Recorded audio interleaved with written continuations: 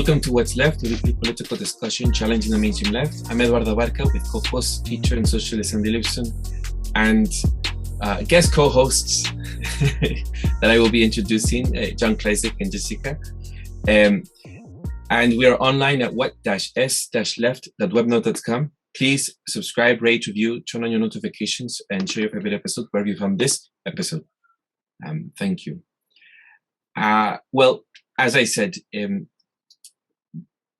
there are other guest co-hosts here with us today because Kenya is off for this week, and we thought that we would do this episode with our most frequently guests from the show, and we will be discussing a topic that was brought up to us because it is a topic that we have discussed about in other episodes, but not in depth. And something that keeps coming up as we are organizing. And especially, I don't know, I would say I brought it up a few times, but I'm just never really brought it up like this. And it was perfect for Jessica to bring up as a way for us to explore it and use as a topic of discussion about left and right unity or divisions. And so I think I'll leave it up to you now, Jessica, if you can then introduce what your thoughts were about this topic. Sure. Yeah. Thanks, Eduardo. So, I mean, this was in some sense kind of spurred on by your sign specifically that you talked about when you guys did the rally in San Francisco, right? And your sign said left and right, time to unite. Is that right? Did I get it right? And I know, I mean, this is something that I know you've spoken about on a whole bunch of episodes, this idea of kind of a coalition, particularly around fighting the Great Reset, Fourth Industrial Revolution, insert whatever name you want, right?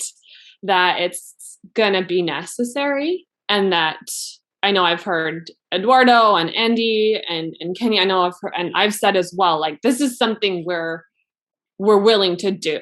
So I thought maybe it would be worthwhile to kind of dig in a little bit more explicitly as to like, okay, it sounds great, let's everybody unite. But to talk about kind of like, what does it actually look like on the ground?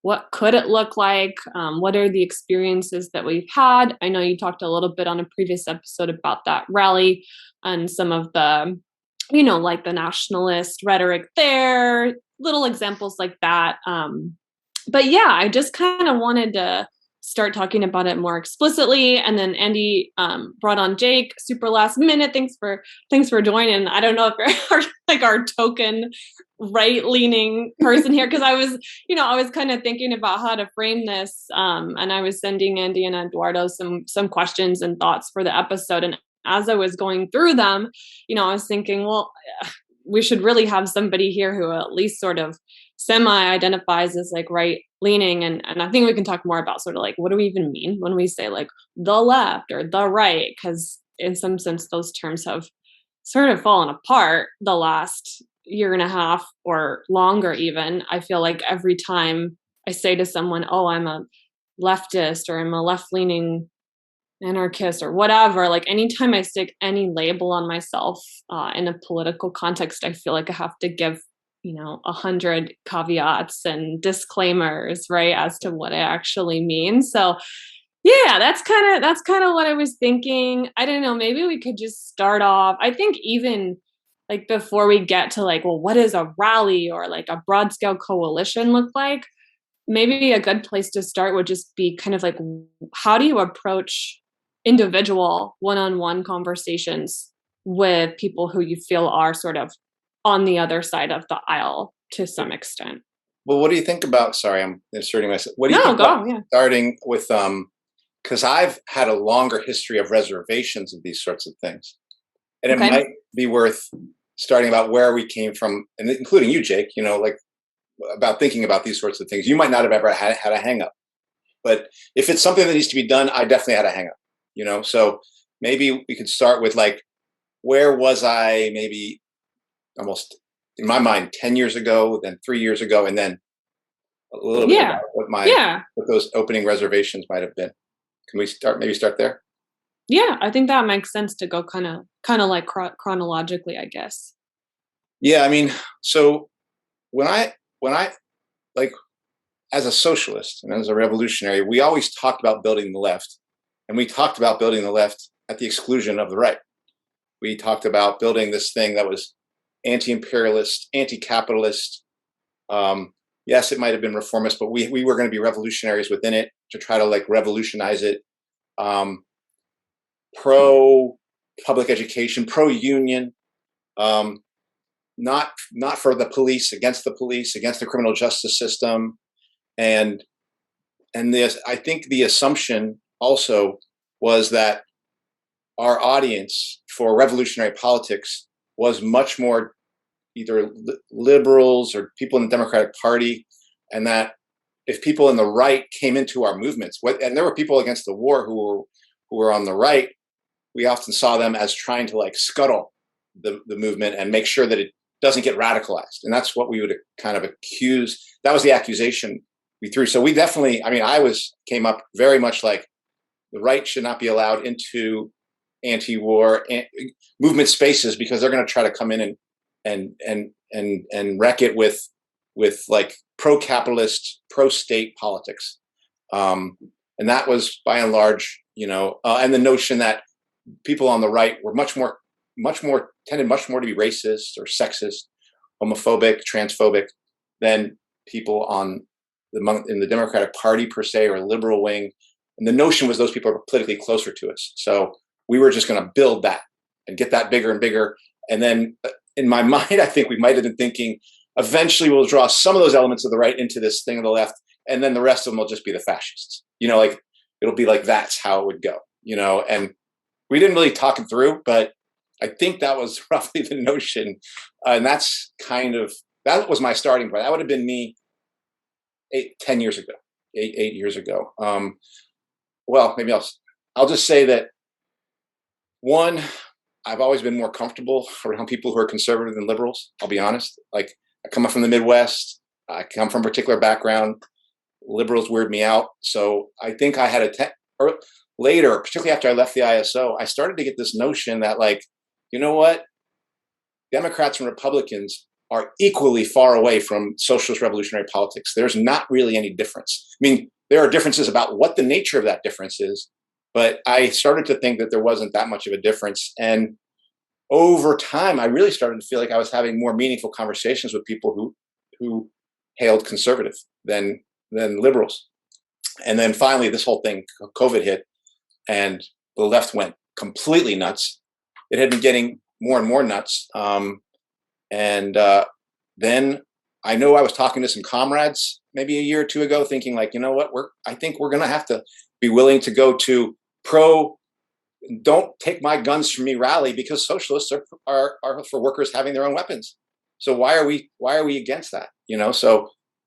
But we may be. So anyway, there were some of my comrades questioned that. And I think even they now are starting to question their own questioning and starting to say like, no, there's something to be done there in terms of a left and a right dealing with each other in some way, shape, or form, and socialist revolutionaries having to figure out how to deal with that and manage that and be part of that. I think this is great that we're discussing how we've come to our own background first a bit. Not like we're delving into our politics and our positions, but more of where we are seeing our lens, no? Mm-hmm. First. But I don't think I can go second, not yet. Shall I, as the effective token semi-right winger, go next? So my political background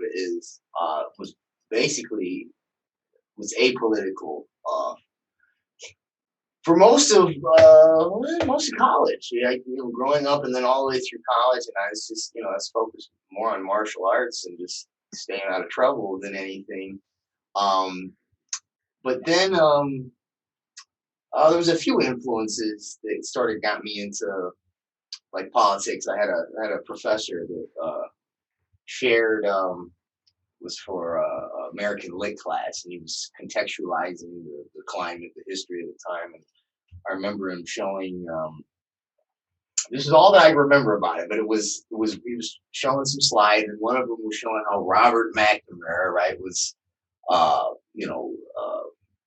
running the war in Vietnam. Then he was the president of the Ford Foundation, and if my memory serves me correctly, I believe he had a role at the World Bank as well.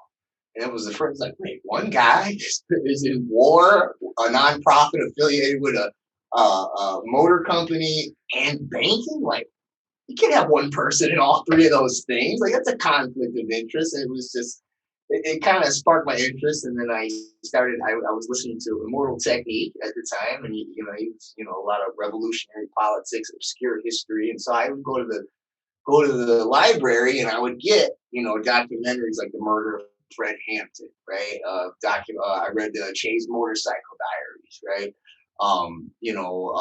Weather Underground stuff. Like there was a documentary that had come out at the time. I was just, it was interesting to me that, I'd gotten that far. And then, you get a lot of, even in, I'm in literature, right? That's my scholar of English literature. And, there's the Marxist theory, Marxist critique. And so that would get tossed around. But it struck me as odd that the way that one of the things that stood out to me was, just growing up, you heard about the Black Panther Party, and it was like, they're like these militant nationalist people. It was like, no, actually they weren't. Like, they had like breakfast programs, like healthcare programs, right? Fred Hampton over here, he organized with the Young Patriots and the Young Lords, right? And he actually had this is where Jesse Jackson got his whole idea about the Rainbow Coalition from. And I was like, well, wait, I've been lied to about this movement, and so I just got more and more into it. And then when Obama got in, he talked. He sounded very much, leaning towards socialist politics, right? And then he turned out to be, this neoliberal that, basically wasn't much different from George Bush, right? So I just remembered looking around and seeing, what was going on in the Iraq war at the time as well. And I'm like, okay, the socialists are against this. And, but when Obama got in, all the people that, the professors that were, left leaning, we'll say at the very least, some of them, outspokenly socialist, they were all of a sudden everything that Bush did was okay because Obama did it. He was, was on their team. And it was bizarre to me, right? It was like Animal Farm. I'm like, I'm a principled person one way or another. You know what I mean? Like, you're not going to tell me it's okay here, but it's not okay there. It's the same thing. It's wrong. It's wrong. So, at that point, I had some friends that weren't in college. They're looking at alternative media, conspiracy theory, right? And they'd send me, come on, that sounds crazy. And then I'm at the college. I'm like, if this is true, I'll be able to find some of this stuff in the library. And one of the things that piqued my interest was eugenics. And it's embarrassing to say that I was almost graduated from undergrad and had never heard of the term, right? And you get all of this racial justice rhetoric, but we're not talking, no one's going to mention eugenics. Like, what is up with that as well, right? And so, that got me listening more to these alt media sources, because these are the people that really were talking about the history of eugenics, our involvement in it in the United States, right? First sterilization law, Rockefeller Foundation funding, Kaiser Wilhelm Institute, right? Prescott Bush funding. Union Bank, the Nazi regime through Union Banking Corporation. And so a lot of those people were, libertarian leaning, right? And so I'm like, okay, well, at least they're calling out, right? They're calling out what Obama's doing, and some of them called out Bush too. So I'm like, oh, these people are consistent, right? And so I kind of started leaning into, I guess what you would call more right-wing economics and politics. I wouldn't necessarily call it traditional conservative. Libertarian is not traditional conservative. And then when Trump got in, basically the same thing happened, right? I don't want to say all of them, but there's a large portion of them, some of the bigger alternative media outlets, they just started to do what the lefties did with Obama, right? And at that point, I was like, these labels mean nothing, Like these words, like, I mean, they can provide a theoretical framework to organize ideas, but as soon as you try to wedge reality into that, or you try to deny, right, the contradictions within, they become silos, right? They do not help you get to the root of the problem. They do not help you analyze one regime to another, and as far as the continuity of agenda from state corporate power over many different administrations.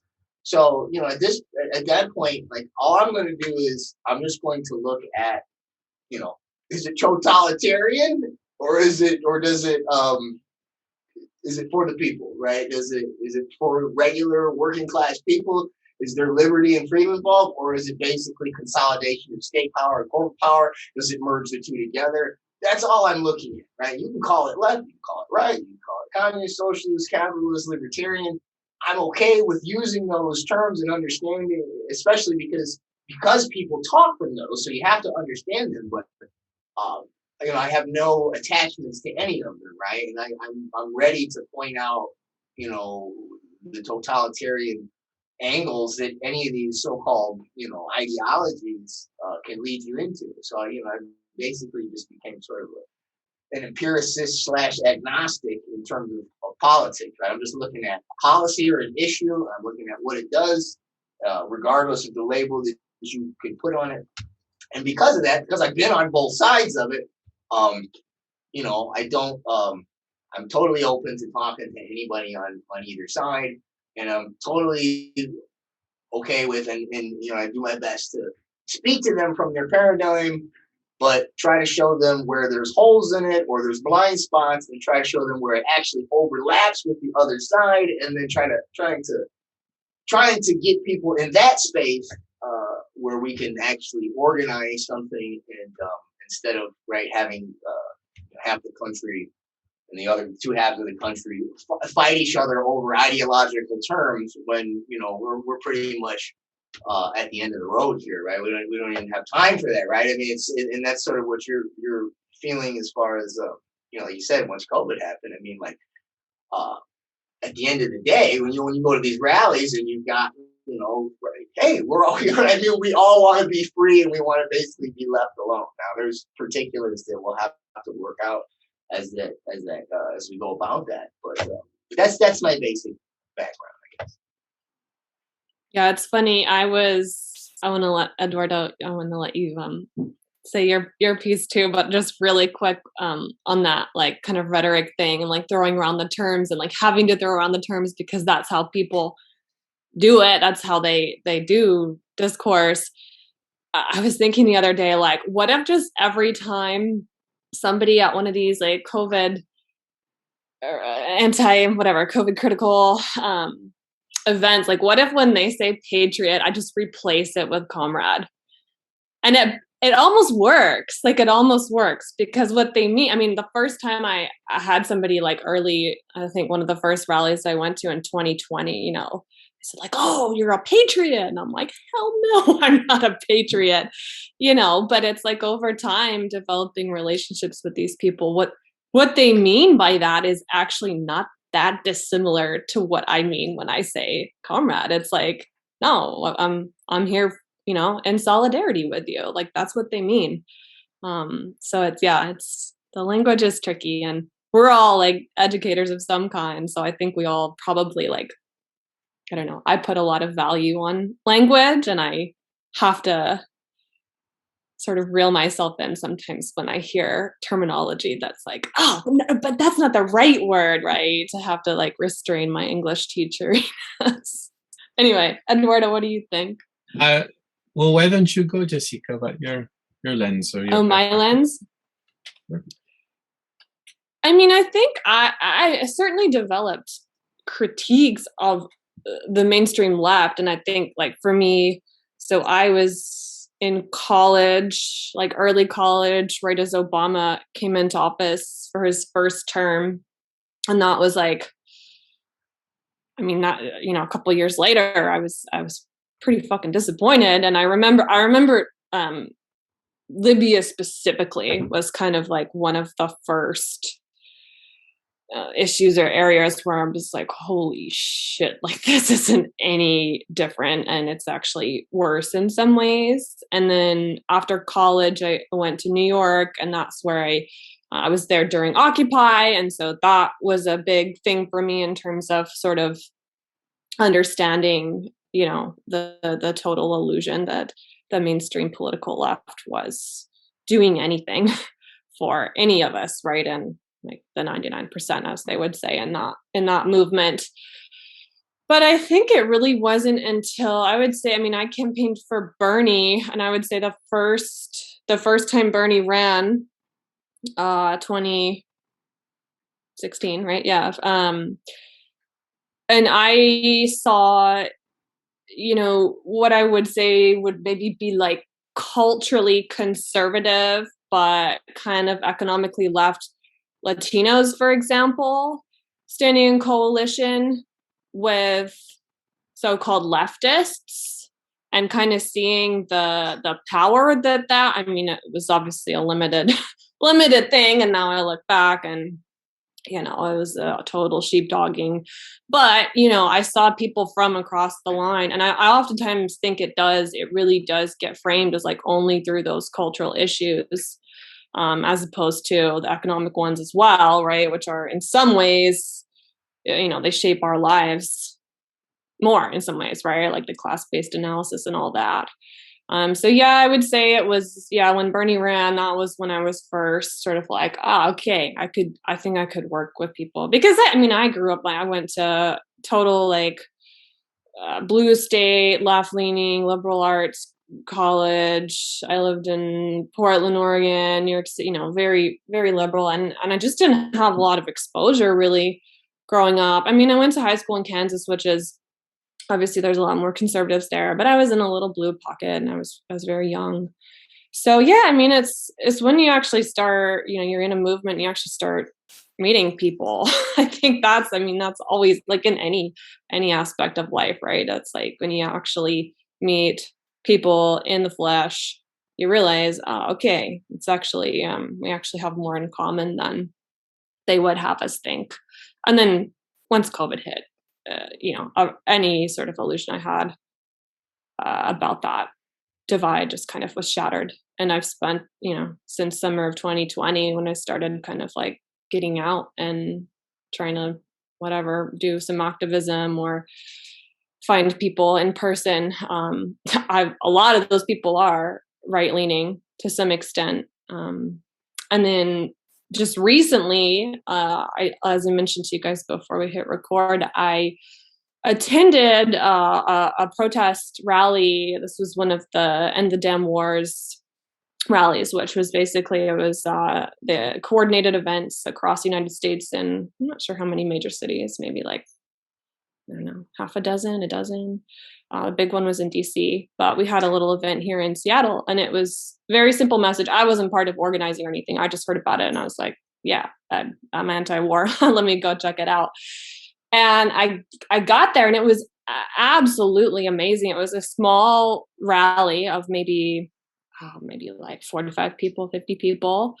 But it was probably the most eclectic group of people, politically speaking, that I have ever seen. I mean, I found out about it through our local Action for Assange group. So, you know, people who advocate for Julian Assange and free press and, you know, against censorship and all that. So there was like a Julian Assange activists there. There was an anti-fascist group. There were Veterans for Peace. There was the sort of local chapter of the Libertarian Party. There were random anarchists.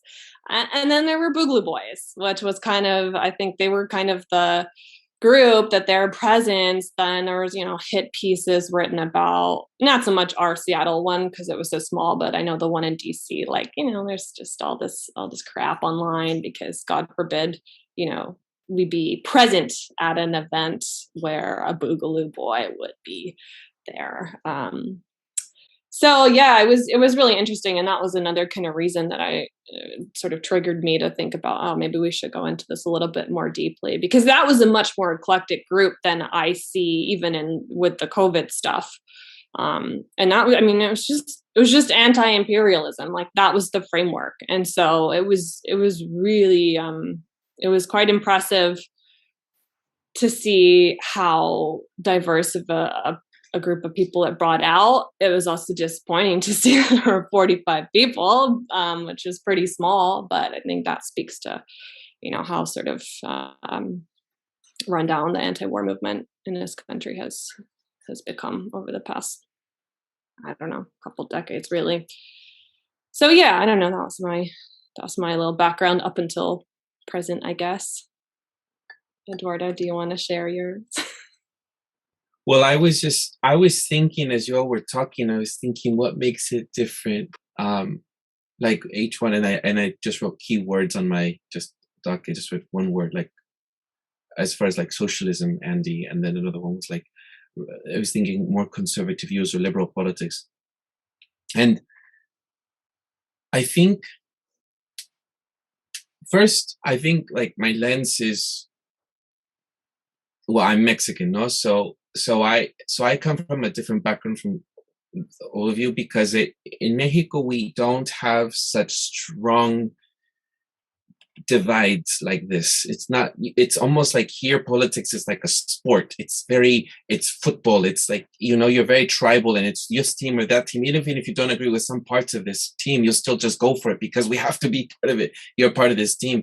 And in Mexico, it just isn't like that. There's diverse thinking in the way that you might think about something. For example, abortion. I don't know a lot of people in my family who agrees with abortion, but everyone has, a lot of women in my family has had an abortion. So it isn't like they're going to be against it. They, politically, they don't go out and go in front of a clinic, and they're not out there rallying. And, I'm sure there's like a very small percentage, but here in the USA, you see these massive rallies and people get violent and they get in front of cars and everything. It's like, and you see that, and like, it's so it's like violent here. And there, it's a minority of people that will do that. I mean, most people are working, they don't care. And so I think that the thought of abortion is an example of how you can disagree with it by your own beliefs, but you don't go against it as a political thing. It's not a political issue. It's not a part of your identity. Like, I have to stand for this and I have to be, there's none of that. So it's a bit more thing. In the same way as same-sex marriage in Mexico, we had same-sex marriage before the USA did, no? And here it's like, no, it's going against family values. It's again, but we're very conservatives ourselves. But then in Mexico City, you had, same-sex unions before you did in this country. And in the same way about guns, here it's like, I think I've adopted more so a lot of the things here in the USA because it's about gun control. And everyone in Mexico is like, well, if you take away our guns, how are we going to take care of ourselves? Because we don't trust the government and we don't trust the people around in our neighborhood. And we're going to shoot somebody if we have to take care of our family.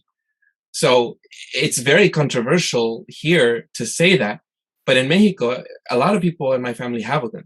And I came over there sometimes, I think adopted a lot of the US American thinking about gun control. And then just like, what are you talking about?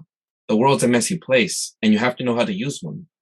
And so I thought, oh yeah, that's true.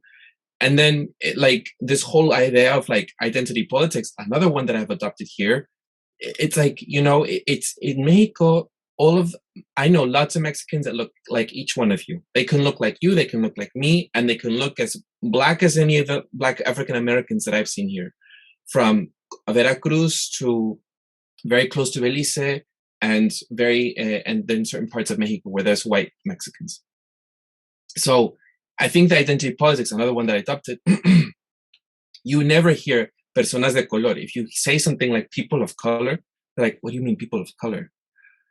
It's not, what do you mean people, like I'm a person of color? Where do I fit? Like it's more about class. And then so I think that, and this is where I did have issues around socialism growing up, is that in Mexico, you don't have anything around socialism, right? Like this is my view, like you don't think about socialism in the way that they do here, about sort of this theoretical or college or this way of thinking that's very cool, like it's very awesome. And yes, I've read Marx, and oh, I can tell you about this theory and this economics. Like people live through a lot of things, and they're just like listening to a lot of the Cubans that went over from Cuba to Mexico, and they live there. And I've said here before that I grew up with a Cuban neighbor in my neighborhood in Mexico, and they'll tell you like socialism is a different concept from how it is on book script. So I think that just that idea of like right and left, going back to this topic that we're going to discuss, this right and left concept, I think I've more so been taking up that way of thinking by being here. And I've realized over this past year in COVID and everything, how strong those identities are. And I didn't realize how strong they were until this past COVID journey that I had. And so I thought about this a lot with my family and my friends. And I thought, this is so tribal. In Mexico, we can disagree and everything's going to be all right. Like, they're not going to drop you for being friends with your Catholic friend. You know, again, it's like your friend, your religion is just your religion, but they don't hear. If I was to say, I remember working in San Francisco, the school district, and I remember having liberal friends. If I said I was religious, it was like, oh. So there was a whole connotation around being religious. In Mexico, lots of people are religious, but that doesn't mean that you're conservative, you know? So it just has that way of thinking, and it's just polarizing is here. You know, but there's also this way of thinking, like, of course they want lots of Mexicans, because of the economic way of thinking. I know I thought of this too. I also we want bigger government, but it's interesting. We also have smaller guerrilla forces, like in Mexico, the Zapatista movement, right? Which doesn't exist, you know, almost non-existent these days. If you have a guerrilla movement like that, and especially in Latin America, it's still surviving, something that would be unheard of here in the USA. So again, it's like, okay, you want bigger government, but you also don't want to have a government that is going to attack a guerrilla force in Mexico. I think Mexico would rise up against that. So it's weird, this left and right dichotomy. And so I'm still exploring it here. And I think for me, it's been hurtful in the way that people have been positioning themselves. And I've already shared about that. I'm not going to talk about that today, but just people can check out the episode where I really felt like friends. I didn't realize how these positions were so integral or so rooted down deep into people's psyche and core. And so, and this is not an experience that I have in my country. So here it's, I hope that we can figure out, how do we then work with other people that have our differences, if it's a divided line here, no? Yeah, I think part of what I failed to realize for such a long time was just the degree to which the divisiveness, right, which is, I believe, largely manufactured, enables the ruling class to stay the ruling class, right? I mean, it makes sense, yeah, right? Like, division, keep the paupers down. But I don't think I really grasped until quite recently how strong that is. And it's like, you see, like, your relationships that you're referring to, Eduardo, and a lot of us have gone through similar things. And I mean, you want to talk about like destruction of the American family or whatever, like, I mean, just look at the past year and a half. Like, that's actually people's relationships being torn apart, you know, over something as, I don't know, in some ways stupid as a vaccine or a mask or a tweet or, you know, oh my God, she went to coffee with a libertarian, right, like white supremacist, right? I mean, yeah, and having people call me a Trumpist, you know, like, that was the first time that happened. I was like, what? Like we're living in the upside down, because it just made no sense. Like, I didn't vote for him. My sign says nothing about him. Yeah. when I came back to the college, I'm just go ahead and say it. When I came, the first day that I went back to for a union negotiation I've only been on one of the campuses. Won't be going back to either one ever again at this point until the mandates go away.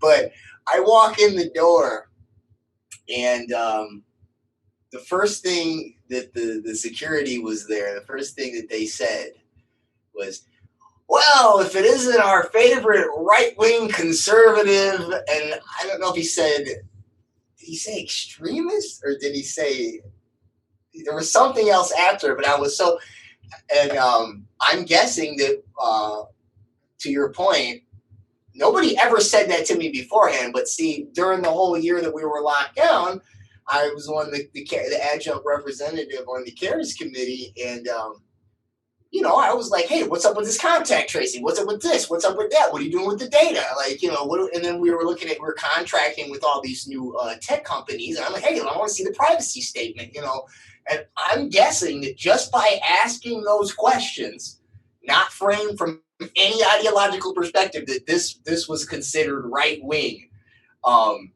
Today, right wing is not a compliment, right? Like especially in academia. But I don't know that it was a jab either. Like, I possibly, based on some other things, the way I read some other things, maybe they were saying that as a compliment. Maybe they liked I was asking some of those questions or something. But it's just, to your point, it's like asking a question gets you labeled right or left, right? Like, you didn't say anything. I didn't say anything about capitalism, socialism, and Trump, Biden. I didn't say anything like that, and immediately it gets affiliated with one of these labels. I just wanted to. So when Jessica brought up the idea that left and right is just another division, I know that. So that has not been the way that we, or the socialists I've been around, have talked about that particular area. Like, they socialists that I've been with, and been, are organizing with, recognize the divide between black workers and white workers, or native workers and immigrant workers, or workers from one nation versus another. That's why we're not into patriotism, or nationalism, because we're for international working class, or recognize the difference, the divisions between women and men that are sown by the system.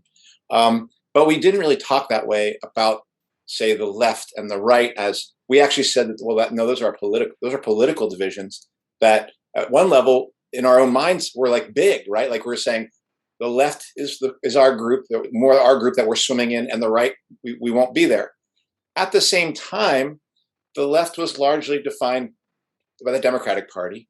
The right was largely defined by the Republican Party. And we, even as socialists, said that these two parties were almost identical. I mean, like, so there's some weird things. How do you then say these are these big divisions when the things that define these two sides are actually, by and large, two wings of the capitalist class playing a game? Because, as Jake pointed out, there's not a giant difference between Obama and Trump, and that's something socialists have said for a long time. So how do we explain that we see such a big difference in these movements, which are right or left? And so it's a question for me, because we thought we saw one movement as one we would be part of, but part of that, for me, from the socialist vantage point, is we have always said, oh, we're not for the Democrats, yet almost in our hearts we're like, we won't vote for the Democrats, but we hope we win. We hope they win politically, And so I feel like we never situated ourselves we situated ourselves in terms of Democrats and Republicans, whether we liked it or not, by situating ourselves in terms of left and right. It forced us to almost instead, if we had just reminded ourselves we're for the working class, and we ask this question, are Democrats working class? Yes. Are Republicans working class? Yes, in both cases. Oh, Republicans are patriotic? Well, look what Democrats are doing now as they line up for the Department of Defense, Operation Warp Speed, Big Pharma. I mean, I understand they're not waving a flag, but you can't be more patriotic right now than a so-called left winger who is like saying everyone should get jabbed. Like, that's more nationalistic than anybody waving a flag. And I think we, the socialists, we kept ourselves obscured from the political differences that exist within these sectors, some Republicans over here and Democrats, and actually kept ourselves fairly confused as to how to relate to both groups. And therefore, we're not able to relate to either group, because it turns out these Democrats hate communism, well, hate working class democracy as much as whatever Republicans we thought. These people are as authoritarian, as tyrannical, perhaps even more as that other side, and will force anything down workers' throats if they possibly can do it. So I just feel like all I can say is I'm just raising more questions about where I come from, and I don't exactly know why we were so confused, but I am left with nothing else but to chart a different course, essentially, because I've been cast out of the left, largely. I mean, I don't get to define the left as anti-vax. The left is pro-vax. I'm just going to say it because that's where they're coming from. I just happen to be a person who came from that over there, and I'm against the COVID vaccine. And at this point, I'm anti-vax. Like, I'm just going to say it. I've learned enough now that I'm like, these other vaccines and capitalist medicine has got big questions for me. So I don't know. It's kind of a ramble, but those are some thoughts I had as well. Yeah, I mean, it's a good point. Like, who do we go to? Like, as socialists or whatever, anti-imperialists, like, we're trying to go to our union, right? Like, and you tried to go to your union. There's nothing there. You try to go to a political party, whatever, Green Party, third parties. You can't get anywhere, right? You try to anywhere you turn, there's nothing there. So what else do we do but like find the other vagabonds and castaways, right? Well, I had a thought about a couple times in comment, this idea of patriotism has come up, right? Or this word, right? And the people in Jessica sort of talked about how you could take the term patriotism and you could compare it to the term comrade, and it could be very similar, or we could be meaning the same things, right? If we would get rid of the baggage of what left and right and all the other terms that you have to attach to that word. And one of the things I just want to point out is, in my experience, working with people on the right, is that when they say I'm a patriot, they don't mean that I am for the government, for our wars, for corporatism, for the power structure, for the elite. They don't mean that. They just mean that, like, I love my country and the people that are in my community, and I'm gonna stand up for them. And I know people now, like people I grew up with, that none of us were political. And in the last year since COVID, I'll go over to their house. They got an American flag on the car. Dude, we used to joke about buy American and haha, kind of laugh about it, and I'm thinking about it, dude, you're not even political, you know what I mean? For years I would, I'd rant about politics, and I mean, not like they wouldn't listen or just glaze over, but it's not like they're calling me tomorrow, hey, dude, I was reading some stuff and and dialoguing about it, and I've thought about it, what is that phenomenon sociologically? If you think about what's happened in the last year and the basic freedoms that we've had in this imperfect country and over the last decade, the freedoms that we grew up with, hey, you can go to the park, you can go to the store, you can say something in public and not have to worry about losing your job. You can have a slip of the tongue or say something that's not super nice and not have to worry about being shunned from society. All this type of stuff. To me, I think the reason why you see, certainly now, even people that weren't political before, I'm a patriot and I got the American flag, is all they really mean is I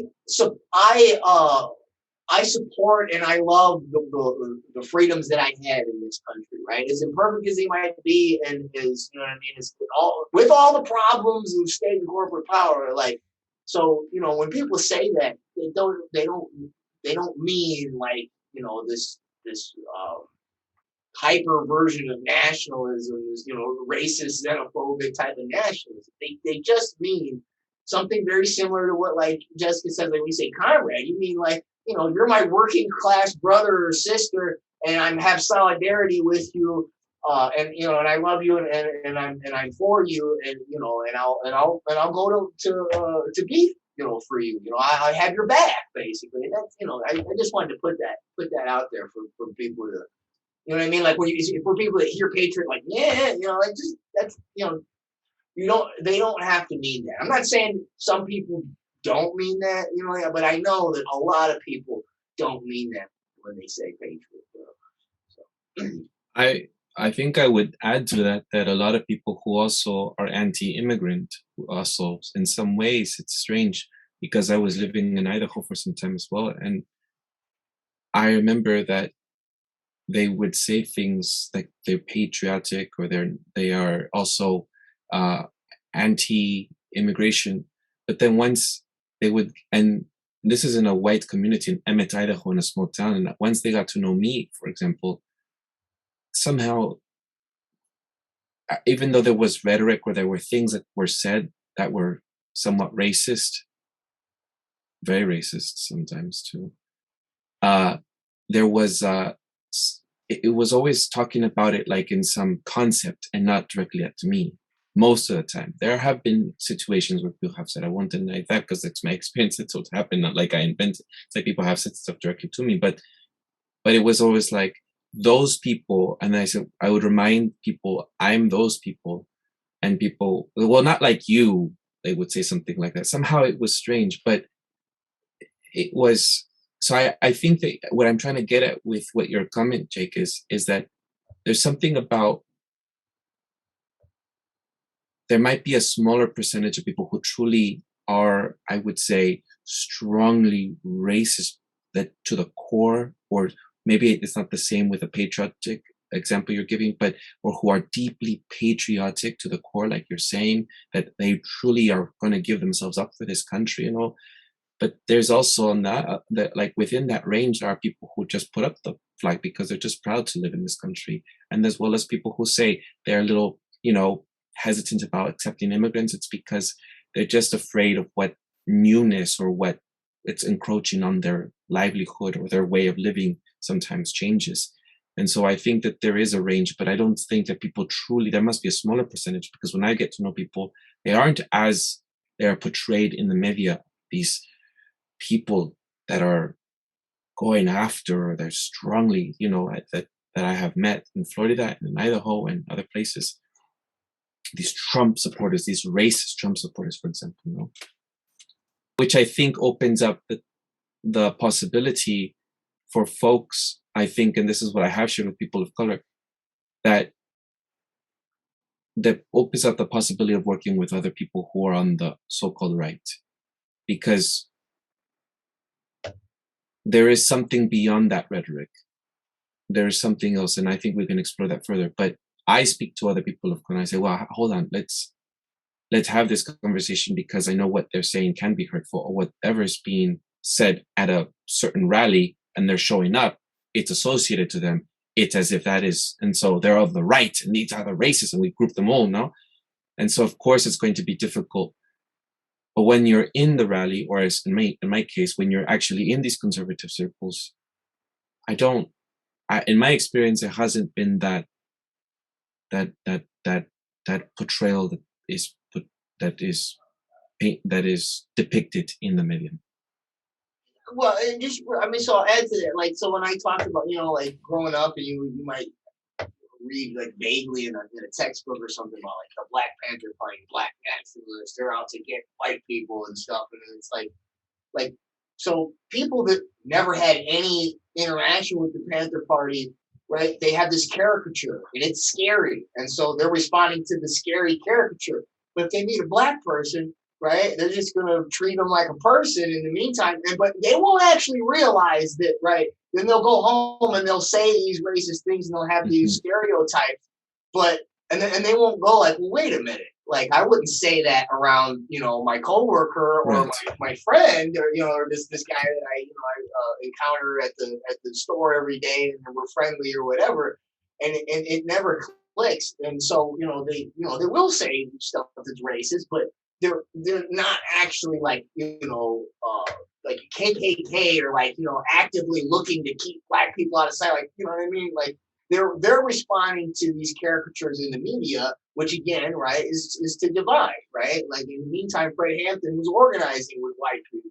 So, but and what that does is creates that division. So that's to your point. I would give that as an example. I mean, I think just to a large extent, right, we use the language that is available to us, that's supplied to us, right? And so, I mean, maybe that's why I have such trouble, when I want to say left, but then I'm like, but I gotta define it because I don't want to be misunderstood. But I don't really have the language to describe what I am or any of this, right? Because I don't know. I mean, it's just a lot of these terms they've either been emptied of meaning or they've just been completely flipped, right? And like a total Orwellian, freedom doesn't actually mean freedom anymore, right? It happened today. We did our first event on campus with the little group that I've been forming here, and we were so careful and so precise to make sure that we were framing it as a pro-choice rally or outreach. And immediately, right, it's like anti-vax, anti-vax, anti-vax. We have people in our group who are standing there saying, I am vaxxed. Like, I'm literally vaxxed. And it didn't matter, right? Because that anti-vax is the language that is available right now. And that's what people will use, right? It's just like a default. And like with pro-choice, my body, mind choice, this stuff, like I had someone come up to me and like, they were trying to do like a gotcha, and they brought up the abortion thing, right? And they said, well, I hope you're pro-choice for that too. I'm like, well, you picked the wrong person in the group, because actually I am consistent on that. But I think, I mean, do people mean that they're for droning foreign nations when they say they're a patriot? I think upper 90 percentiles, no, they don't. Like you said, Jake, like they just mean they love their community and they're proud of it. And in some sense, I'm kind of jealous of a lot of these conservatives who have that like really deep pride. Because that's just not something that I really relate to. Like, I remember even when I was young and didn't really know much at all about America as a sort of force for evil and suffering in the world. Like, I remember I studied abroad in Western Africa, and I mean, it's embarrassing to say you're from America. Like, it was embarrassing to me. I don't know I feel like time will tell for me what of this is just semantics, because the question is can we unite? And when I say we, I have to speak for myself. I'm a socialist revolutionary, and I don't believe that America was ever a democracy. Like, for me, it's always been a bourgeois dictatorship of some sort. It took different forms during levels of economic crisis or whatever, but it was always, for me, it's always been a dictatorship, and it's always been the country from which the center, like, there's capitalism across the globe. So the European capitalists are no better. The only difference is they're out of power. And if the Chinese capitalists ever, in my opinion, and I understand, like Jake and I might disagree about whether they're competing, I think they're competing. If the Chinese capitalists get over on the United States, they're going to be the worst of the worst. They will then be the new bullies on the block, because capitalism demands that whoever's on top be a dictator to the working class that they rule, as well as, try to like exploit as many workers across the globe as they possibly can. So for me, things like ISIS and terrorism, I wasn't concerned. Like the biggest terrorist was the United States, in my opinion. Or things like, what about, they're just letting people come across our border and take our jobs. The biggest problem was the capitalists who were eradicating those jobs, and we needed to unite with those workers. So no, I don't buy that. I'm for open borders. So those, like, my question is, will people hear those kinds of positions and be like, wait, we can't be in the same place? Because I'm trying to get America back to what it was, that person, and Andy is trying to take America down, and with it, the capitalist system, and create a world that's called communism, which is working class democracy. And those people at the same time would say, wait, the people I think I'm fighting are the communists, you. So there is a question for me of like, if I'm open about my political views, will those be welcomed? And that is a question for me. But the reality is that question existed on the left as well. So it's no different ultimately than what that question of, will these politics have an audience here, is no different on the left as well. And mostly what socialists have done has hid their politics, wrap themselves in a reformist blanket, and never been willing to say that basically we're for armed working revolution, and we are for the U.S. military losing. We are for getting everyone out of jail, right? We are for dismantling the police and replacing it with workers self-defense.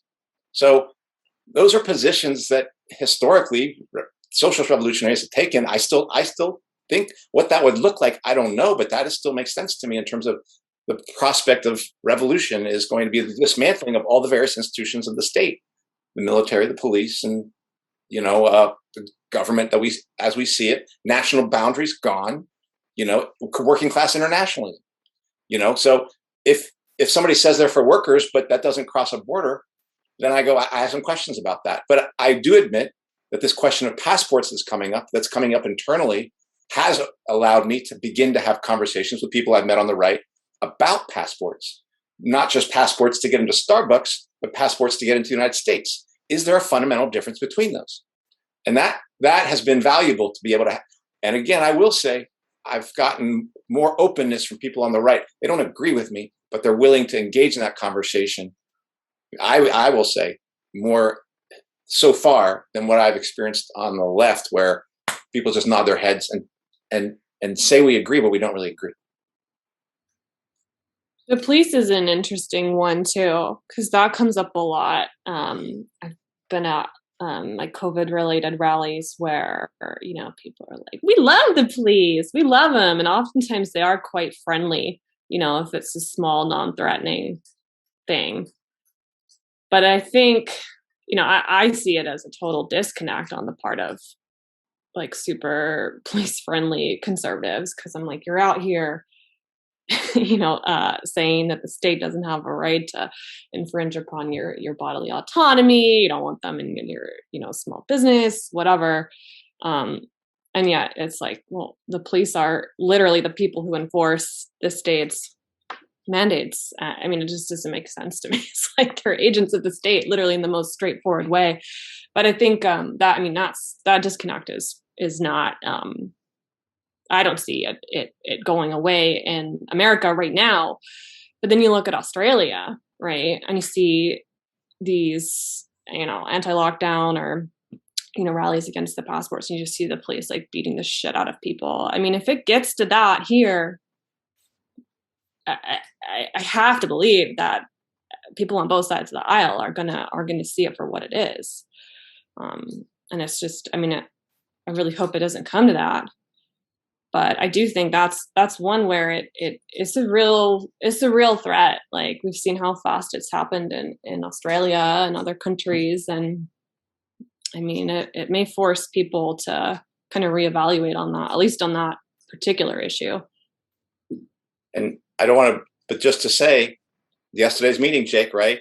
I've been now reaching out, and I'm working with a person who's a police officer fighting the mandates, and I'm not sure where this is going to go. Like, So I'll just say that, and I'm sure Jake or Eduardo might have something to say about it, because I don't know. I don't know where it leads. And I've even told the person that, like, this is new for me. And can we be in the same place and be okay? I don't know.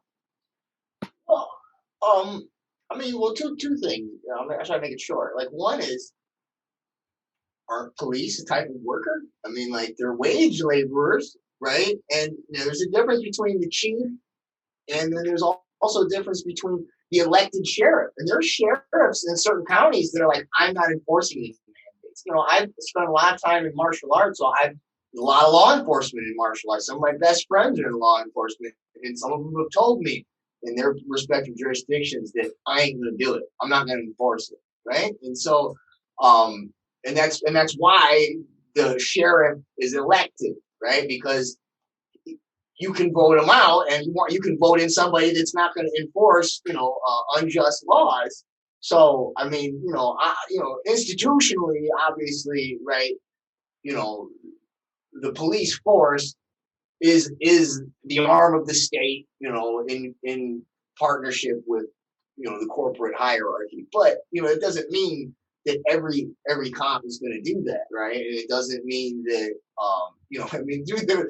in some ways, law enforcement is one of the largest, industries or whatever trades or whatever you want to call it, that's actually got their union to get some kind of traction here. And so, another way to say that is, all those people, now, if they force them out of the force, then it's a different story. But let's say they win, are they going to go around enforcing mandates?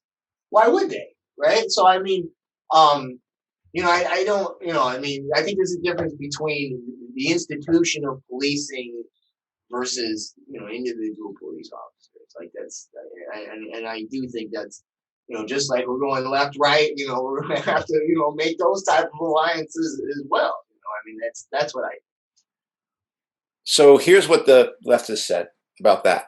Yes, there's working class police and working class soldiers, working class teachers and working class nurses, but historically, the way that socialists have talked about the police has been because of this indoctrination in order to roust homeless and to be in communities of color, essentially be an occupying army inside. That's the way it's been put, that it's much harder to break. So it's almost like that's a working class section of the working class that is not going to almost come over to us.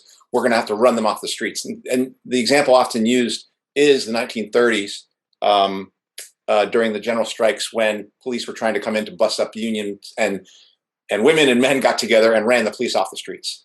And there's been a difference, and the socialist revolutionaries would say that the military was a little different, that they would see it more the way you're talking about, Jake, in the military, where you had privates and a lot of like people being used, and the possibility of people breaking for the revolution, we always saw much more as in the context of the military than, say, in the police.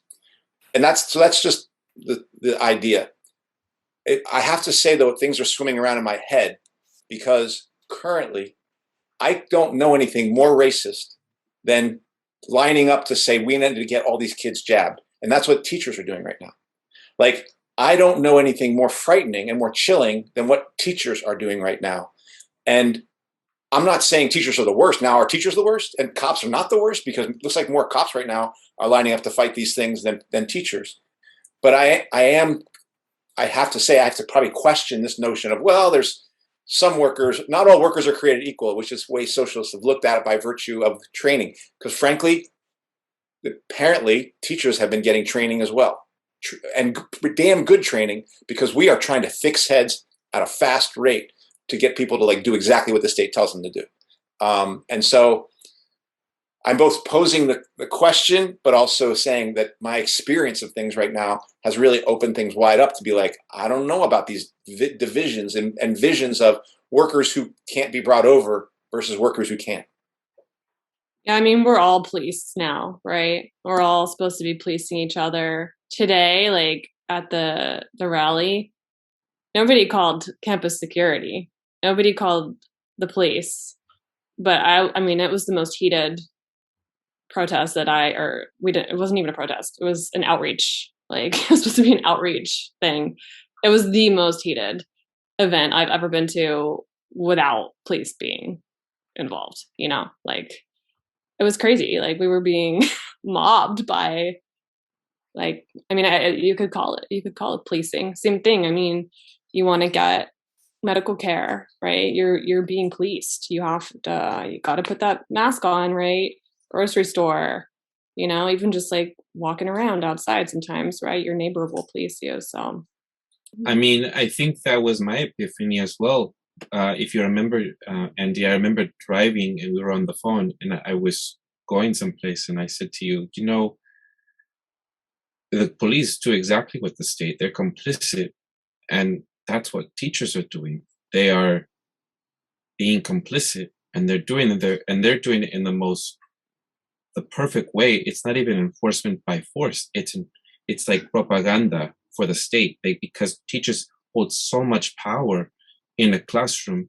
You know, my nephew being in the class, he's always telling us, they're always talking about how COVID is so dangerous, and that even though your parents might think differently, that you should try to help and teach your parents, as if we're stupid, you know, as if we, the adults. And it's interesting, this basketball player, I don't follow sports very much, but this African American, I got an email from, I subscribed to the newsletter of Glenn Greenwald, and he was saying how there was this, I think, NBN player or something like that, saying how he didn't want to get vaccinated, and you know, and yet you see how people like Don Lemon from CNN is saying stuff like, I can't have it with them anymore. Like have them just, they're stupid, have them die or whatever. You know, the worst things from the left, that you'd think that they're the most compassionate or the most highly moral of the group, no? And so I do think that I'm also beginning to question how, and as I also explained, I saw a lot of people who were supposed to be allies of people of color, and when the lockdowns were happening, and they were not allies of people of color at that time, when people of color wanted to go back to school, when they wanted to go back to their jobs, right? They were not being allies at that moment. They were looking for the brown voices that were in the minority that didn't want to go back. So, you know, now, again, link to that episode, we can talk about that. You can listen to that.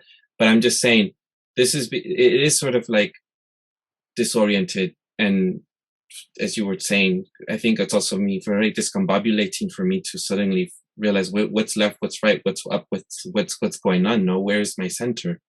There's two things that I want to say at some point, but they're separate, or it'll be messy if I do both at the same time. So, because there's a couple of things that were said, and so I'll start with this one. So, the whole idea of open borders, nationalism versus internationalism, right? Like there's a phrase that's usually used on the right, and I say it's usually used on the right because it seems like when I hear people on the left use it, it's like, you know, kind of pejorative, or like, you know, they like kind of ha about it, like the globalists, right? This term, the globalists. I know, who are these globalists? What do you mean? Like, I don't know, World Economic Forum, Bilderberg Group, Trilateral Commission, Council on Foreign Relations, United Nations, the World Bank, right? I think that, I mean, and this is an issue that I think both, even historically on the left, right? Like, Lois Weiner, right, wrote about, extensively on the influence of the World Bank, right? There was a lot of, when they were giving out all those loans back in the 90s, right? So, but the issue when the right talks about globalism, right, it's in juxtaposition with this idea of nationalism, meaning like we're right now, this lockdown thing is basically it's being marched. The orders are coming from the globalists, whatever, right? These people that hang out, all the different heads of states, all these different multinational corporations, all these different international financiers, they all get together in their little round tables and they decide, like, hey, we're going to run, right? Everybody's locked down. Everybody's doing testing. Everybody's getting the vaccine. Every country, right? So it's not a national thing. And so I think it's intuitive for people on the right to say, right, nationalism it's the opposite to that, right? And at a certain level, existentially, it just kind of is, right? I mean, like we're not gonna, like, I mean, we can be in communication with people from other countries, especially now with technology. You know, I mean, I just did an interview with some socialists out of Germany and Italy. But at the end of the day, I'm not going to Germany to do a rally. You know what I mean? Like, I got to do a rally here. Now we could share ideas and we could be in solidarity. We could share, you know, we could report like, hey, look what's going on in Germany, or hey, look what's going on in the US. And that can be this type of international movement. But it really starts nationally, right? On the ground, grassroots, right? Local communities. So it's just something I want to say. Like, I don't think that they necessarily mean that they don't want immigrants, that they don't want anybody from other countries coming here, but I think that they feel like there has to be some kind of national or local sort of mechanism for that process. So I think that's again, that's not necessarily a racist or a xenophobic thing, but you know, in terms of like you know, something that any kind of international movement that could happen, it does have to sort of start like locally, right? And so like I'm trying to give people on the left a different way to think about that without being like and then, you know, able to have that conversation without just saying like, oh, you're internationalist, I'm nationalist, we can't talk, right? Like maybe there's a way that we're actually both nationalists at a certain level and internationalists at a certain level, right? Like, so that's that's my thought. I think part of the problem, right, is that to talk this stuff out, you need to be, I don't know how to say this, is to be open and willing to have a discussion, I think. Because, I mean, in order for any of this to happen, to sort out, you have to be able to have these discussions. And I think that once people shut down or they don't have these, then how do you carry on? How do you move forward? What do you do with that? No? How do you, so I mean, yes, there are people who as well are afraid of immigrants, or who are not, or in open borders, who stand, but I have noticed that in order for us to get someplace, like with me and my friend Jake Schmidt, who has been on this, when we have had very vehement, heated disagreements, we have somehow, somewhere find a way to talk about it, but because we have lent ourselves, we have been we have allowed ourselves to engage. So maybe there's just, that was something that came to mind. There has to be willingness on the other part as well. Not like a willingness to change. I don't want to start there because that's what people immediately stop you. You're not going to change me, but a willingness to talk. And then from that conversation, I do notice that even though people say that don't change, something shifts, something does shift. And then from there, they're able to contemplate further, and they come at it at their own, about immigration, for example. No? But it's not like I'm coming here to educate you, or to teach you, or to change your mind. You're wrong, or that doesn't work. It's just like, okay, right, I'm not here to convince you. Here's my position, and here's why. Or let's talk about why you think that, and then being in that conversation. I was just gonna say, you know, in martial arts, and I'm sure you can relate to this, Jake, like there's no one you're more sort of intimate with, or there's like a bond that happens, right, with the people that you spar with, the people that you train with, and even the people that you fight, right? Like in some sense, right, they're there to like win or beat up on you, right? But there's also like a learning process where like you learn about yourself in that process of sparring, right? And you grow. And I mean, that's how I feel when anybody comes and has a good faith conversation. And sometimes, you know, I mean, there's many things over the past 2 years where I've talked to people who are not on the left, and I've changed my opinion. There's other conversations where, it's actually, I've doubled down, and I'm like, no, that value, but it's strengthened, right, by those conversations. Like, you need to be challenged. So I think that's exactly right, Eduardo, that, we have to at least get over this hump of like not even being willing to come to the table and have a good faith discussion. Yeah, and I think that listening is trying to understand the other side is more important than trying to be heard, because especially as we've all said several times today, we don't even know what we're trying to say exactly. Like, we know what we're trying to say, we know what we intend to mean, but we don't know if the words we're using and the theories we're using actually equate to what we have in our minds or in our hearts, right? And so, like, one of the ways you can actually figure out where you're at is just by actually listening. Because then you're like, oh wait, I thought that you're left or you're right, so that means we were on. But now that I took the time to really understand what you mean, like, I realize that I'm not that far away from you, right? And so, like you said, it's iron sharpens on iron, human sharpens on human. But it also it doesn't just build those bridges, but you actually figure your own stuff out better that way. Yeah, I definitely think that the thing we've talked about it here on What's Left times, where it's like we're trying to air out a room where it's been really stuffy in the left, like, and we're trying to like create an open space for us to talk. And I do, and Jake, this is why my, now we have a friendship, but frankly, my initial relationship with you was the fact that you seemed well versed in the world of the right. Like, whether you came from there or not, you knew about some of these folks. Like, when you told me about Newsmax and you gave me a kind of a clue as to how they might approach things, they're going to say something about the union. I know who these folks are. And you were a window into a world where I was like, I felt like I needed to know more about that area, libertarian or right, as it relates to the way those politics live for workers who claim to be conservative, or claim to be patriots, or claim to be, America first, or, whatever.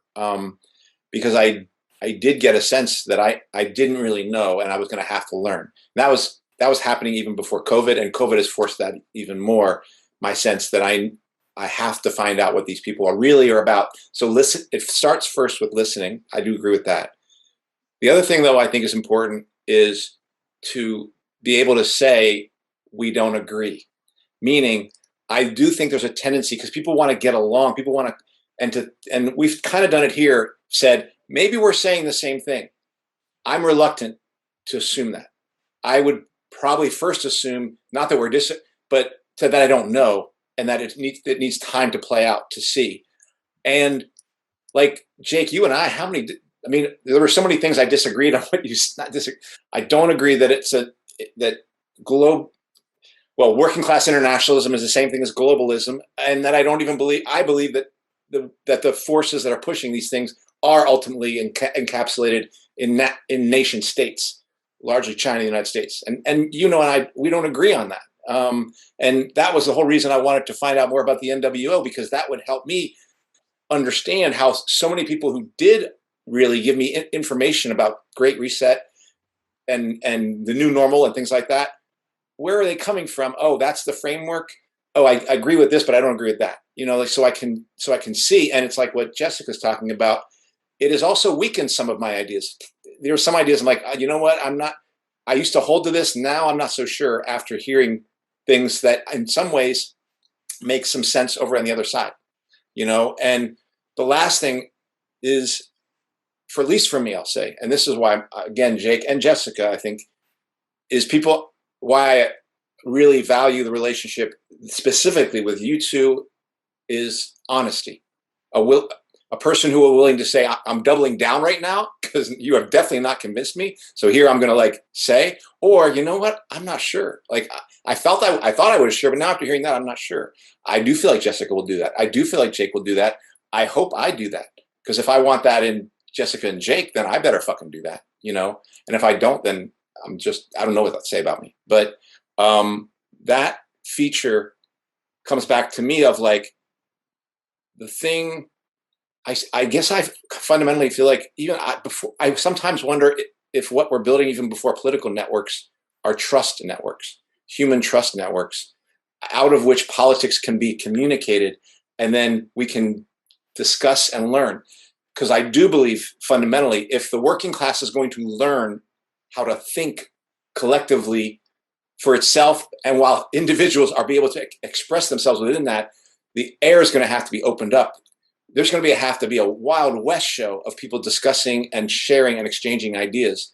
And the thing that has come into the left of cancel culture, identity politics, don't be racist, don't be transphobic, don't be, that has, of course, we want to end those things. But are we going to really think that we're going to do this by like shutting people down and telling them to shut the fuck up? It's not going to happen that way. And it's not even, I don't know, I'm probably going far afield. It's just, I'll leave it at that. I think that there are important things you're raising there. I think that there's going to be, like you said, these trust networks. I remember, like I was sharing earlier that before my connection is just in Occupy, I remember we had these general assemblies where people would have to discuss like where we're going to agree where recycling is going to be, but having those discussions, there was a lot of ego involved. I remember people would feel like, well, who's being in power, or why are you in power? Why are you in leadership? There was a lot of that going on that I didn't feel that we were moving forward because people were not willing to be vulnerable, not willing to, so there is going to be some trust networks. And we'd spend the whole day in Occupy. And then by the time some of the people who were leaving their jobs to come join us, they'd be like, you're still talking about this, so it's a bit like, then people would leave because they're not going to drive from all the way to where in San Francisco, for example, at the Herman Plaza, they're not going to go from their jobs in the Mission all the way over and then join the Occupy and then be like, you're still discussing these things. And I'd like to see movement or organ. And I think that was part of the problem with Occupy. So sometimes it was this disagreement we had to, but what I'm saying by that is, or I'm hearing from you is this, yeah, there is going to be that trust. There's going to be that relationship that we're going to have to build. Trust networks also gets me to mutual aid networks, which is, that's something I brought up the other day with my little group because people are starting to be fired. And it's like, yeah, okay, yeah, we all need a political coalition to tear down the New World Order or whatever you want to call it. But really, like, also, I just need somebody I can call if shit hits the fan, right? And I can say, I'm going to get in my car and drive over and, and I think, the more people, especially that are being terminated from their jobs, especially this fall, because it's, these October mandate dates, they're coming up quick. And I know, like, we've had people in our group who they don't know what they're going to do. And so I think that's like the next step from just building the relationships is building mutual aid networks, whether it's like food, money, like in similar ways. Like I know Teachers for Choice, right? Like they're doing kind of a union model, for people outside the union now, but for like who's going to have our back, right? Like if we literally can't pay our rent or we can't feed our kids. There's, in any totalitarian society, like the way that people sort of try to find ways to not be totally ground into the dust is the term called parallel structures. And those can be political or they can be economic, right? And so it sounds like that's a lot of what you're talking about there. And I was, in my opinion, I think the left, the socialist type people are really good at parallel political structures. I think that the right, they're good at creating little pockets of economic parallel structures, ways to generate resources. And I think that both of those, if you could tie both of those together, you could use the economic parallel structures to fund the political parallel structures. Obviously, you have to get through all the ideological stuff in the meantime. I did want to note real quick though, I wasn't saying that the globalism and work internet is the same as an international workers movement. What I was saying is that I think that people who talk about, I think that globalism is a real problem, with the examples of the World Economic Forum and things. But I think that right-leaning people conflate that with any form of international anything. That's what I was trying to say. I probably didn't say it that well. But there's one more thing that I want to know. And so you talk about building trust, and through like honesty and just like like a genuine, authentic relationship. And when I had the graphical user interface guys on my channel the other day, I gotta upload it yet. Socialists, one from Germany, one from Italy. They had me on their show first, and we kind of had some disagreements about definitions of socialism, capitalism. And I had them back on to just kind of turn the tables, and I wanted to get wanted to hear what they had to say. I wanted to know their definitions. And one of the things that came up, I just had questions like, so what's the role of the state in this democracy, right? Like, what exactly does it do? Like how? What is the democratic process? Is it like a popular vote? Is it like, are there representatives? Is it just one, nation state that we all vote like, or is it like, different jurisdictions, localities? And then I also asked within that, right, are there like property rights, and are there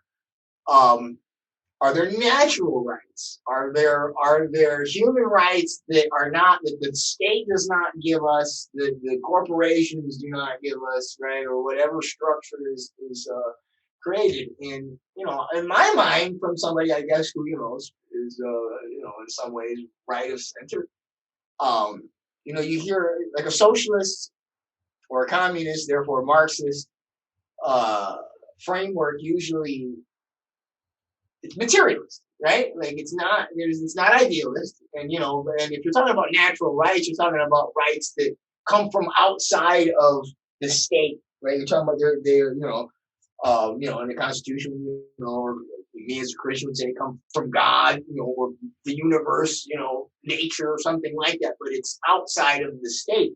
And therefore, right, it's not a condition of economic exchange. It's not this utility. It's not an extension of the utility of, production and consumption in some democratic process. Like it comes first, and then those processes are supposed to defer to those rights. And they actually were saying that, that there's in their framework that there do have to be certain natural rights, like there's like the human rights, whatever you want to call them, right? That are not that are bigger than the state. And in his interpretation, he said they always have to be outside the state because you can codify it. I use the example like we got freedom of speech, right? Freedom of speech, and then later on you get the 13th Amendment. Corporations are people. You get Citizens United. Money is speech. Now the First Amendment means corporation can spend an unlimited amount of money to run the election. In the meantime, we all can't have an honest conversation on social media, right? So we've still got that thing, that First Amendment in the Bill of Rights, but what he basically said is like that's why it always has to be outside of it. And so that's like once the institutions get so corrupt where whatever you've written down in the law, the state structure, like that's the only, like you literally have to do like what we're doing right now, right? Like, we're just trying to communicate like human beings, building trust based on like, these natural principles, right? Like we all have the right to say what we think right now. You know what I mean? Like we have a right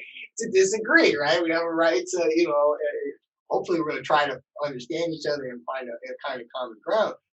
But I think that is one of the places where I think it's the best place to start with this left, unite the left and right, because I think that's where, I'm sure there's got to be some, lefty, socialist, Marxist that, will say, no, it's materialist, you want to do the traditional Marxist thing, but it's not all of them, right? I just talked to some people who, I was honestly surprised. I was happy to hear it because it was a bridge for me.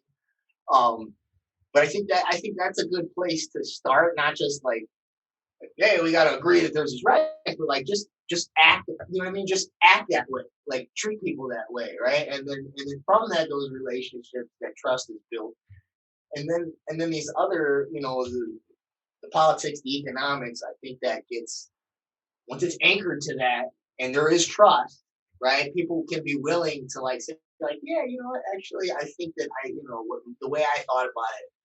I'm going to come over your side a little bit, both ways, right? And so,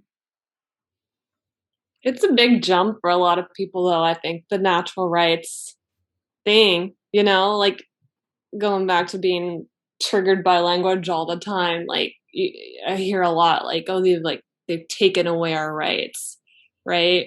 Which is like it's like, no, they haven't taken them away. They're inherent, they're innate, right? They violated them, right? If you want to frame it through, like, whether it's common law or whether it's human rights or natural law, whatever, right? It's same basic concept of like, these are innate. I was like, come back. I mean, I did animal rights activism for a number of years, and with that, like, we always talk about, I mean, animals have rights. It's just that they're being constantly violated. But I think, a lot of us are really used to sort of like, this is your lane. Here are your rights, right? These are the ones you get this year, and next year maybe we'll pass a law and change it. But it's a real shift of mindset to sort of just own your humanity, I think. Yeah, and that natural rights thing comes with like a lot of right-wing type baggage, because it's tied to the Constitution, and then and then it often invokes God and stuff like that. But you can just look at it existentially. You got a mouth? Can you talk? Existentially, by virtue of being able to talk, you have a right to talk. Can you make a fist? You can make a fist. Existentially, by virtue of being able to make a fist, you can defend yourself, right? Do you have a mind that people, well, once they get the brain-computer interfaces, then maybe they can hear. But right, do you have thoughts that people can't hear? Well, then by nature of being able to keep thoughts to yourself, you have the right to privacy, right? I mean, like, it's just the way we are, created, designed, evolved, whatever you want to call it, right? But like the function of being a person, like, this is just what it is, right? I mean, anybody that's going to try to take that away from you is not cool. Just for full disclosure, I would be one of those Marxists who's a materialist. I think in the terms of still believing that where these rights, if you will, to me, they come out of the collective struggle for revolution. Like that is what will produce those rights. What does that struggle look like? All I can say is collective, and it'll be a struggle, and it will require complete dismantling of the current system and a creation of a new one, like of a new system, and one that is basically run by the majority of people. That's never happened before. I mean, that's a label I will affix to that. I'll call it socialism. But the need to exchange ideas comes not out of the curiosity of the ideas, but the need to make a revolution as we have that exchange. The need to talk is the need to express ideas to other workers so that we can actually figure out how we're going to liberate ourselves. Because I do believe that ultimately everything is coming down from will we survive, or are we going to be put into prison? Or I do see the end is coming out of World War III, or basically common ruining of contending classes. That is, society cannot go on this way, and it's going to be made unlivable through what I think is the growing competition between nation states. So to avoid that, that's for me the material possibility of avoiding that, and the material necessity of avoiding that really is that claims the moral authority. Whatever has to be built to take down the current system and replace it with something that is run collectively by workers. That's what drives it. So that is what, and historically, I mean, and I think, Jessica, you would, I think, more consider yourself an anarchist, right? A little bit more like an anarchist. Historically, socialists have said we do need a state for a moment, if you will, to have that happen. Whereas anarchists say, well, we need that revolution, but no fucking state, because no authority can be entrusted with that sort of thing. That's a pretty big difference, even between me and Jessica, right? So those are things that are going to have to those will be part of the discussion. And the problem, I would say one thing that I don't agree is I don't think the left has been very good about political.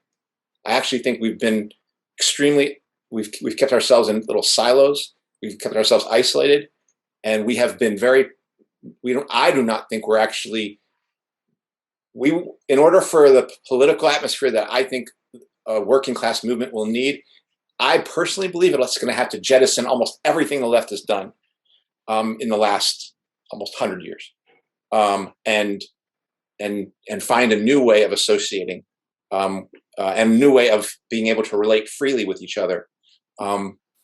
So I guess I'll say that.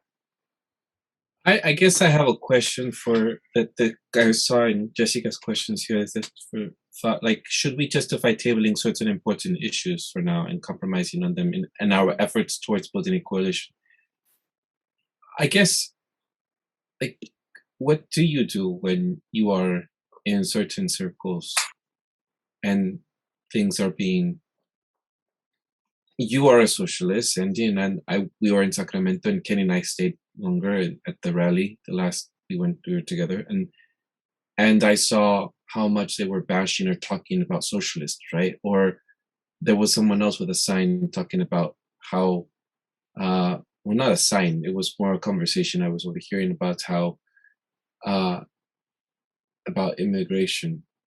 And I guess, what happens when you meet, or when you finally get to a point where you disagree and it's potentially dangerous to the movement, right? Well, yeah. For me, I feel like I can, because my answer is Jake's going to be on our show again. You know, it's like, we're going to ask him to come and talk about SPARS or talk about the union. He's going to fucking slam NEA, you know, and all his right-wing anti-union craziness, you know, but I actually agree with some of the things he's saying, and we might differ on the framework. And for me, I actually do believe we have to be dedicated to hearing different ideas. And if we aren't, then, and the reason we don't associate would be, not me and Jake, I'm not talking about, I'm just saying reason anybody I might not associate is because either I don't trust them or they don't agree with the cause. It's like we were talking about, like, if somebody was in the anti-mandate movement but was like, I want to vaccinate kids, just not adults, I'd be like, I don't know how far we can go with you. Like, that doesn't make any sense to me. So I don't know. That's what comes to mind for me, is like, we have a lot more to learn about each other. I mean, I do it every day. Like, my partner and I don't agree on a lot of, even like the COVID stuff, other political issues. And God, veganism is the worst for this, because it's like, I mean, you fucking eat 3 times a day. It's like, how many times do you have to have this conversation of like, I don't agree. Like, you're eating a dead body on your plate, and it's like totally contrary to like the work I do and everything I stand for. But I'll still go out to eat with you, you know. And it's, I don't know. I mean, sometimes it's hard. So I'm about to move to a new place, new state, new town, and it's pretty conservative. Like, it's a pretty conservative town. And I visited last week, and I came back, and I was saying to someone, like, oh God, like, they're so fucking friendly. Like, these Republicans there, like, they're so nice. And this person was like, yeah, well, they, you know, they're nice, but then, you know, they'll go and vote for like your right to abortion to be revoked or whatever. And I mean, it's true in some sense, but I just think like if we're gonna have a purity test and you're gonna have to agree on every single issue, even issues that are, you know, really, really important to me, there's just we're certainly not gonna have a movement, and we're certainly not gonna get what we want, or, you know, tear down the system, as you said, Andy. We're not even gonna have a chance to try to kind of build the kind of world that we want. A phrase that's used, that was used at the rally, that's used at, you know, our little group, the Workers and Teachers for Choice. Then you got Michael King's Teachers for Choice, right? This idea of choice, which, you know, is freedom, it's liberty, which, you know, which is an extension of, you know, what I was trying to get at also with the whole, you know, natural rights idea. You know, and I know this is more about, you know, where to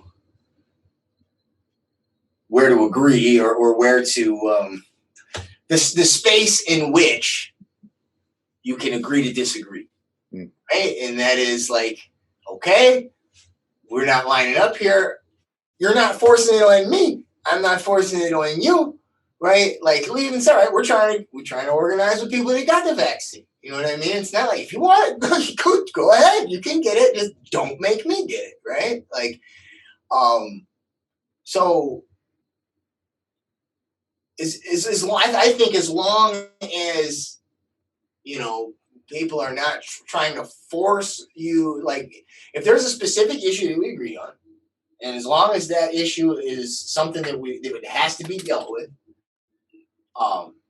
and no one's forcing you to approach it their way, and they're not, or forcing you to not approach it or to take it, I think that's an alliance that is viable and should be pursued. But I also, you know, I wanted to,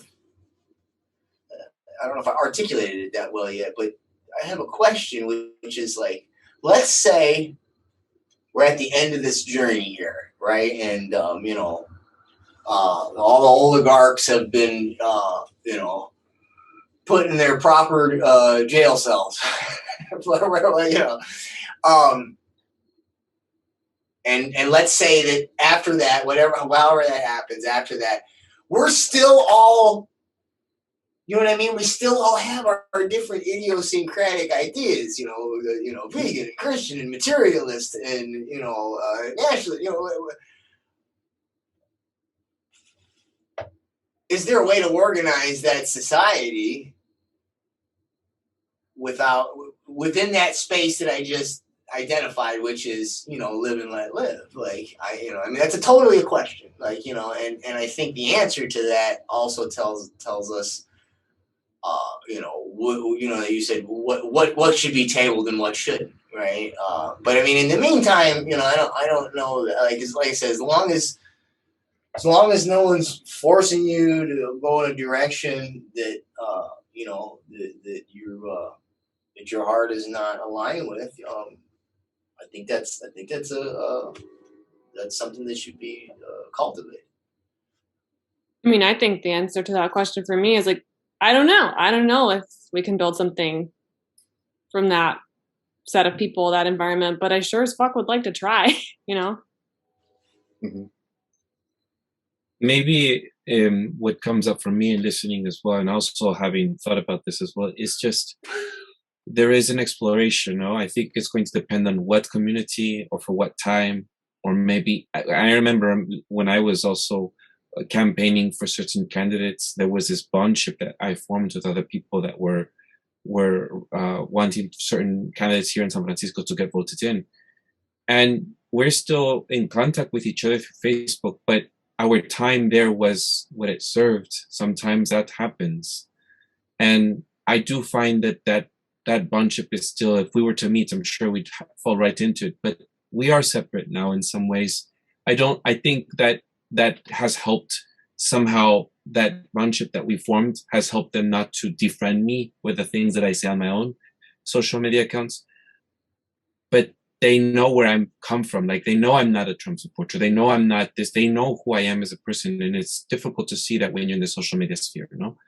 And so I guess I don't know where I'm taking this, but the thing is, it depends on what the issue is and where your community is. There are also, I think the other thing to it is there's going to be a real discussion about, and there has to be a willingness to be engaged. There's going to have a real discussion about what it means to be in the fight. For example, a lot of the Latino community doesn't always see themselves as involved for the Black Lives Matter movement. What does that mean? But when I have conversations with people, it's not about Black Lives Matter. This might be controversial. It's about the state and the enforcement of cops. It's what we have also experienced in our countries, where we have also been brutalized by the police and there has been corruption. And framing it around that, it's instant click. We have experienced detention centers, we've experienced law enforcement, we've experienced La Migra, we've experienced ICE. We know what that means. Of course you're going to abolish, or you're going to look for alternatives, especially when you have a country like Mexico where you already abolished the police in certain communities. So the conversation isn't so much about Black Lives Matter, it's about us as workers. We can dictate how we want to organize ourselves in a community instead of having the state decide for us by enforcing it with their law enforcement. No? So I think there's going to be a willingness to have those discussions. I'm not so sure sometimes though, as you were saying, Andy, in the left, this talk and the discussion sometimes they're too narrow. They don't allow for more. And this is why I think the right, again, these just for conventional use, I think they're more willing to have these discussions and be more united because they allow for certain conversations without canceling one another. So. Yeah, I mean, I've been surprised the degree to which leftists or progressives have embraced just straight up authoritarianism, and then we're just in the beginning. Like, and I see no let up. I see no sort of wait, what's happening? Questioning. I see doubling down, and like, you know, getting, so that has been part of this. So that's where I came from, right? So I can try to act like I'm not, but I was I was part of the left. We did what's left out of the basis of what the hell's happened to the left, because that's where I was. So I came out of that, and I feel like there's way more questions about that tradition right now for me. I still will say I do believe we need a revolution. I do believe that revolution cannot happen without a collective struggle. But Jake's question, the way I heard that Jake's question of can that collective struggle also and somehow put into it individual expression, like keep and actually not turn it into a homogeneous kind of thing, and does it actually allow for heterogeneity and actually promote it? In my mind's eye, it does, but what that would look like, no. And I feel like it kind of has to, but I don't know how it does it. I think I would say more Jessica's answer. I don't know. But that is what I hope can happen. I'm hoping the riddle of collectivism and individuality can be solved, and they both can be given. They can both come into fruition simultaneously somehow. But I don't know how that would happen. I want to use this, and I told you this story, Andy. This is a good story, and I think Jessica, you might even been to one of these seminars, an Ajahn Chai seminar. I think you said you TVA, or Thai Boxing Association, International Thai Boxing Association. Well, so Ajahn Sir Chai Sursut, he was very good friends, or is very good friends with Dan Inosanto. Dan Inosanto was he took on Bruce Lee's Jeet Kune Do system. He does seminars. I've been to seminars at both of them, and there's they tell stories about each other, and they're fun stories. And one of the stories is so in I got a stick right here too. In the Philippines, right? I got a Kali stick here. Just the one I broke. No, it's still good. Right, and then so Eskrima, Kali, Arnis, depending on which island you're on, but it's pretty much the same system. Okay, and there's a roof block, right? You block overhead like this, and in the Thai, the actual Muay Thai kickboxing comes out of something called Krabi Krabong, right? And it's swords, right? And and they also have similar a roof block, and they have similar blocks, and the story is Chai and Danny are training together, and Chai is showing Danny some krabi. It's different because it's heavier and things like that. So there's things you can do in the one that doesn't necessarily always apply. But he's doing, I believe it was the roof block, and he's doing. We'll just go with roof block. He's going with the roof block, and he says in krabi, and Danny says, "Oh, well, we've got that in the Philippines too. In the Eskrima, we call it whatever." And Chai's like, "No, it's Thai." He's like, Danny's like, "No." He's like, "No, it's Thai." He's like, "Okay, it's Thai." It's a funny story, but I always use that as when somebody takes a stick and they go to hit you upside the head, right? You don't call it anything. You just put the stick up there. Is it krabi? Is it kali? It's both and neither, right? And so this is what when you're saying we don't know what it's called or what it looks like, but we'll know when we block the stick. You know what I mean? And so in the meantime, the dialogue, this is the way to get there. And that's all I could tell you. A good story to end on. I like it. Well, that does it for this week's episode. Jessica teaches English literature, writing, and environmental humanities at university level in Washington State. She has been teaching college for 8 years and holds a PhD in English. She is a longtime animal rights and environmental activist. And John Klyczek is the author of School World Order, The Technocratic Globalization of Corporatized Education, Trying Day Books, and he is a contributor to New Politics, Center for Research on Globalization, Op-Ed News, The Intrepid Report, and The Dissident Voice. Sorry. Sorry, I had to do it. And add it. What was the other? And what? Yeah, that's the main one now. Sorry. Unlimited Hangout. Thank you. I have to forgive me. Sorry. I almost have marbles in my mouth that it's hard to say all of it. No, it's good. And Unlimited Hangout. Thank you, Jake. So What's Left is a weekly political podcast as channel challenging the mainstream left. We post information about our topics and our guests on the episode notes where we found this episode or on our blog at what-s-left.whatnote.com. You can find past episodes to this podcast channel there and connect with us. I remind folks, if you like anything you've heard here, please connect with us on either the blog or you can find us on any of your favorite episodes on your favorite podcasts. But please share your favorite episode, rate, review, subscribe to any of our platforms on Spotify, iTunes Podcast, Stitcher, Google Play, BitChute, Odyssey, ODYSEE, YouTube, or Telegram. And if you would like to give us feedback about something you've heard or suggest something for us to cover, contact us through our blog. I'm Eduardo Marco. Thank you very much, John Klyczek and Jessica. Yeah. We'll see you all next time. Yeah, thanks you two for being there.